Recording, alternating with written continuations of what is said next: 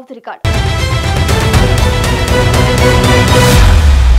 ఆ నియోజకవర్గంలో ఇద్దరు నేతల మధ్య పచ్చిగడ్డి వేస్తే భగ్గుమంటుంది.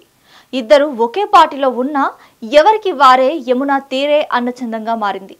కలిసి నిర్ణయాలు తీసుకోవాల్సిన బాధ్యత వారిపై ఉన్న అబ్బే మేము కలిసే ప్రసక్తే లేదన్నట్టుగా ఉంది వారి తీరు. దీంతో ఆ నియోజకవర్గంలో అభివృద్ధి కుంటుపడుతోందట. ఇద్దరు నేతల మధ్య నలుగుతున్న ఆ నియోజకవర్గం ఏంటో తెలుసుకోవాలంటే నంద్యాల జిల్లా వెళ్లాల్సిందే.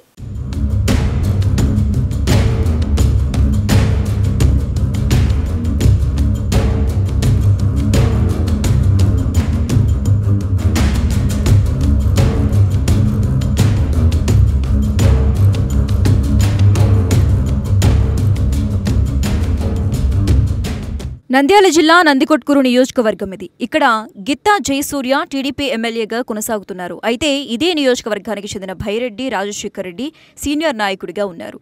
ఆయన కుమార్తె భైరెడ్డి శబరి నంద్యాల టీడీపీ ఎంపీగా కొనసాగుతున్నారు. మొదటి నుంచి భైరెడ్డికి ఇక్కడ ప్రత్యేకమైన వర్గం ఉంది. ఆయన వర్గానికి సంబంధించిన సుధాకర్ రెడ్డి అనే వ్యక్తి నందికొట్కూరు మున్సిపల్ చైర్మన్గా కొనసాగుతున్నారు. అయితే మొదటి నుంచి ఇటు ఎమ్మెల్యే వర్గానికి భైరెడ్డి వర్గానికి విభేదాలు ఉన్నాయి. ఒకే పార్టీలో ఉన్నా కలిసి ఏ కార్యక్రమాలు కూడా చేసిన సందర్భాలు లేకపోగా ఒకరిపై మరొకరు ప్రతి విమర్శలు చేసుకున్న సందర్భాలు ఉన్నాయి.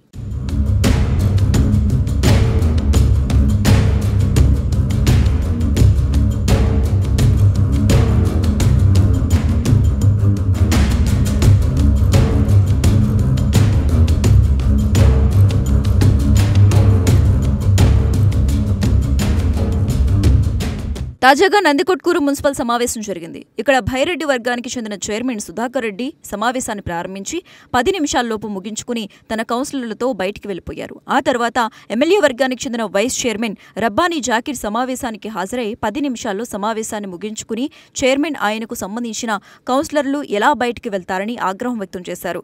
పుస్తకాల్లో సంతకాలు లేకుండా ఎలా తీర్మానాలు చేస్తారని చైర్మన్ సుధాకర్ రెడ్డిపై ఫైర్ అయ్యారు. మున్సిపాలిటీలో నిధులు దుర్వినియోగం అవుతున్నాయని ఆయన ఆరోపించారు. ఎవరికి ఇష్టం వచ్చినట్లు వారి సమావేశాన్ని ముగించుకుని వెళితే ఇక మిగతా సభ్యులు వైస్ చైర్మన్ ఏం చేయటానికి ఉన్నట్లని అధికారులపై వైస్ చైర్మన్ ఆగ్రహం వ్యక్తం చేశారు.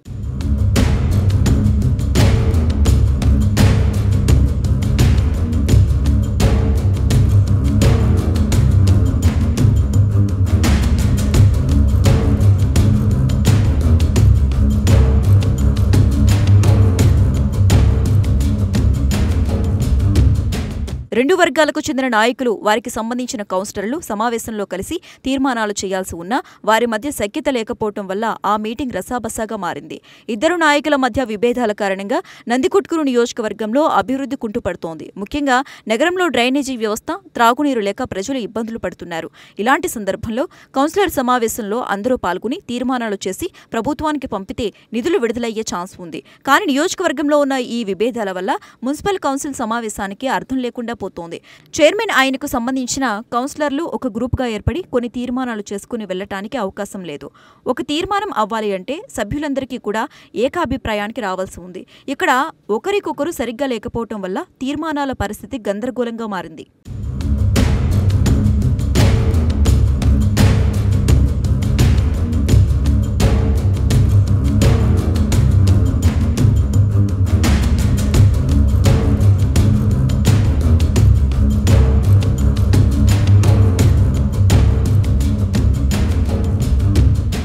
కూటమి ప్రభుత్వం అధికారంలోకి వచ్చిన తర్వాత రెండవ కౌన్సిల్ సమావేశం జరిగింది. మొదటి సమావేశంలో కూడా ఇలాగే సమస్యలతో సరైన తీర్మానాలు చేయలేకపోయారు. ఈ సమావేశంలోనైనా తీర్మానాలు చేసి ప్రభుత్వానికి పంపుతారు అనుకున్న ప్రజలకు నిరాశ ఎదురైంది. ఎప్పటికైనా ప్రభుత్వం స్పందించి నందికొట్కూరు నియోజకవర్గంలో ఉన్న ఈ విభేదాలను తొలగించి ప్రజలకు మెరుగైన పాలన అందించాలని ప్రజలు కోరుకుంటున్నారు. ఏమి జరుగుతుందో వేచి చూద్దాం.